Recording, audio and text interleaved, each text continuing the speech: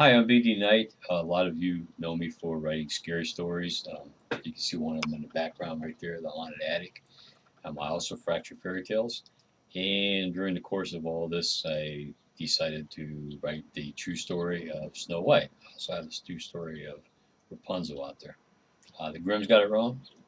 Don't blame them. They had over 200 stories to research. Disney didn't get it right either because they took the stories that were out there and spun their own version. Did a very good job of it, I tell you, but it still wasn't the true story. So I decided to tell the true story of Snow White. True? Is fiction true?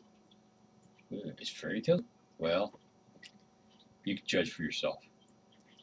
Over the course of the next number of months, I'll be telling a chapter at a time. I don't one chapter on some cases, a few more on when they're shorter chapters. Don't worry, if you want the book, you can get it right down here. Look underneath the video. You see it?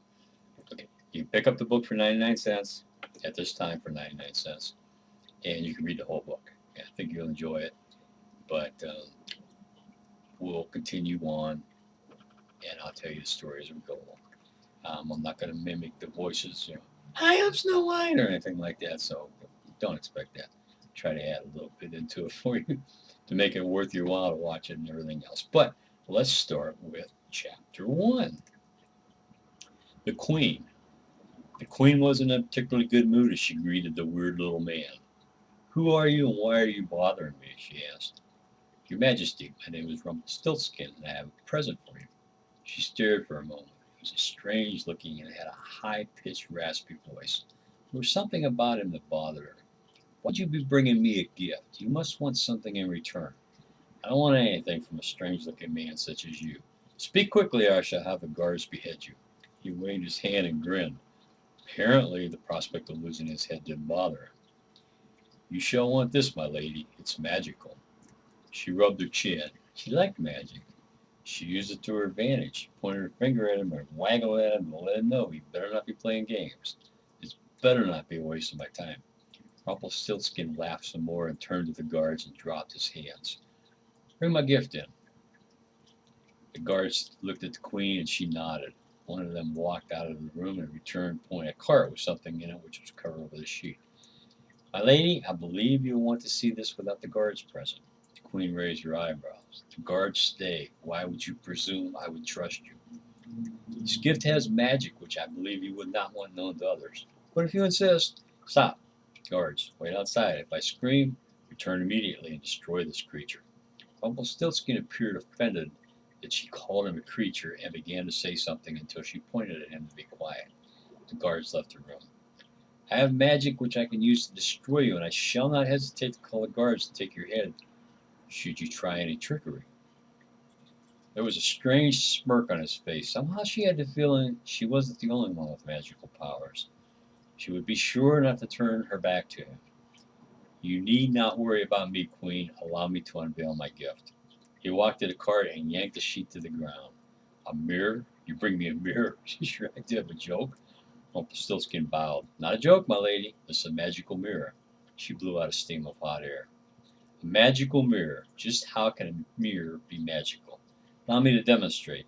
I know my lady believes herself to be the loveliest lady in the land. This mirror, believe, I know I'm the loveliest. Do you not agree?" "Of course I agree, but the mirror knows.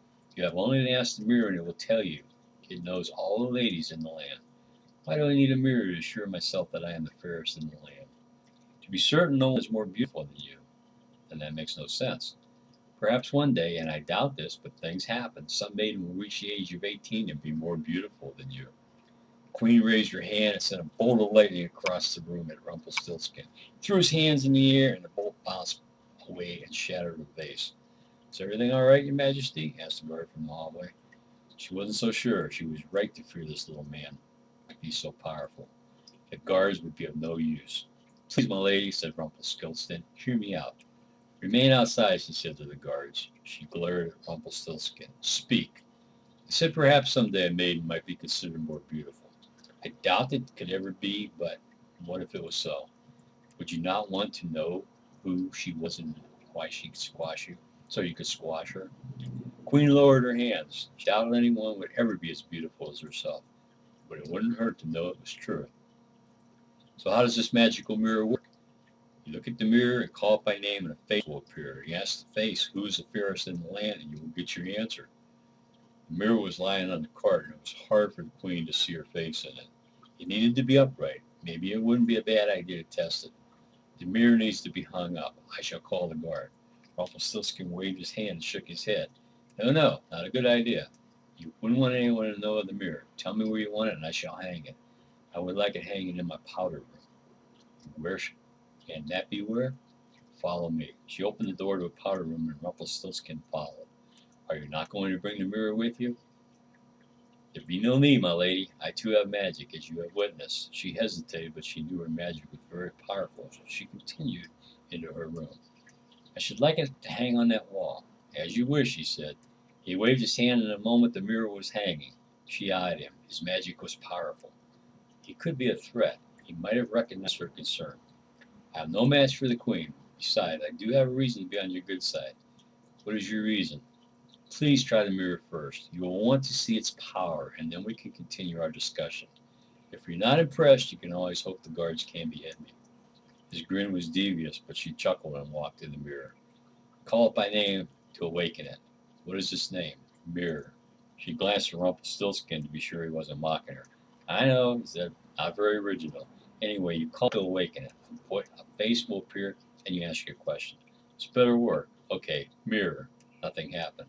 She turned to Rumpelstiltskin and raised her hands. The mirror can be stubborn. Try saying mirror on the wall. She flashed him a look to let him know he'd better not be stringing her along. She lowered her hands and turned her gaze back to the mirror. Mirror on the wall. A green and red smoky haze rose up all around the mirror, and a face appeared. The face was tan with deep-set eyes, a prominent nose, and a twisted mouth. The face looked irritated. What is your command? You shall address me as queen. The face rolled its eyes. What is your command, queen?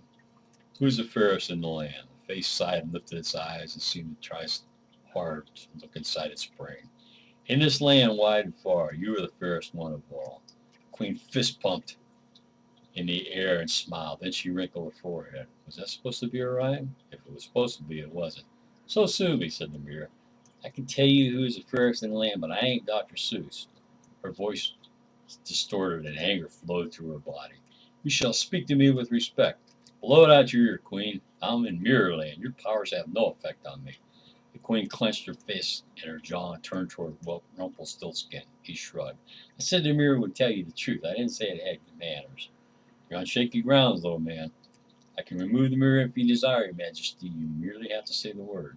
She wanted to tell him to remove it, but stopped. The mirror might be rude, but it was obvious. It told her she was the most beautiful. She could bank on it. At least if Rumpelstiltskin was being truthful. She fluttered her fingers. I'll keep it. I regret it someday, but I'll keep it for the time being. Very good, Queen. Now my terms need to be discussed. What do you want? You want to be taller? You want power? I have no need to be taller. Using my magic, I can become tall when need be. I have power more than you might imagine. She couldn't disagree with that. Then what is it you want? I may need a favor someday. If I do, I'll call on you. Fair enough? She wasn't sure she wanted to be indebted to this little twerp, but she figured it wouldn't hurt. If she decided when the time came in not to grant his request, he would be no match for her anyway. At least she hoped that was so. I'll agree to that, but don't even think about trying to take advantage of me. Wouldn't be healthy. Rumpelstiltskin chuckled. Wouldn't dream of it, Your Majesty. Enjoy your mirror. He clicked his fingers and vanished in a puff of smoke. She took a step back. Maybe he was more powerful than she imagined. That's the end of chapter 1. Now, there's 54 chapters.